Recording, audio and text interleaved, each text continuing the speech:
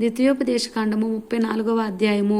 మోషే మోయాబు మైదానము నుండి యెరికో ఎదుటనున్న పిస్కా కొండ వరకు పోయి నెబో శిఖరమున ఎక్కెను. అప్పుడు యెహోవా దాను వరకు గిలాదు దేశమంతయు, నఫ్తాలి దేశమంతయు, ఎఫ్రాయిము మనష్షేల దేశమున పశ్చిమ సముద్రం వరకు, యూదా దేశమంతయు, దక్షిణ దేశమును సోయరు వరకు ఈత చెట్లు గల యెరికో లోయ చెట్టు మైదానమును అతనికి చూపించెను.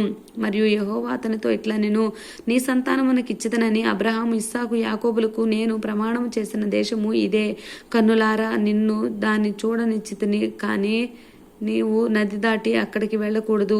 యెహోవా సేవకుడైన మోషే యెహోవా మాట చొప్పున మోయాబు దేశంలో మృతి నొందెను. బేత్పయేరు ఎదుట మోయాబు దేశంలోనున్న లోయలో అతడు పాతిపెట్టబడెను. అతని సమాధి ఎక్కడున్నదో నేటి వరకు ఎవరికీ తెలియదు. మోషే చనిపోయినప్పుడు 120 సంవత్సరములు ఈడుగలవాడు.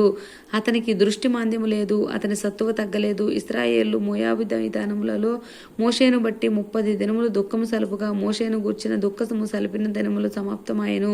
మోషే తన చేతులను నూను కుమారుడైన యెహోషువ మీద ఉంచి ఉండెను కనుక అతడు జ్ఞానాత్మ పూర్ణుడుగా ఆయను. కాబట్టి ఇశ్రాయేలు అతని మాట విని యెహోవా మోషేకు ఆజ్ఞాపించినట్లు చేసిరి.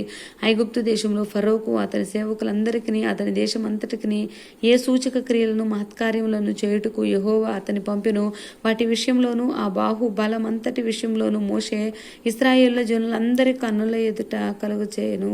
మహాభయంకర కార్యముల విషయంలోనూ యెహోవాను ముఖాముఖిగా ఎరిగిన మోషే వంటి ఇంకొక ప్రవక్త ఇశ్రాయేలులో ఇది వరకును పుట్టలేదు. ఆమేన్.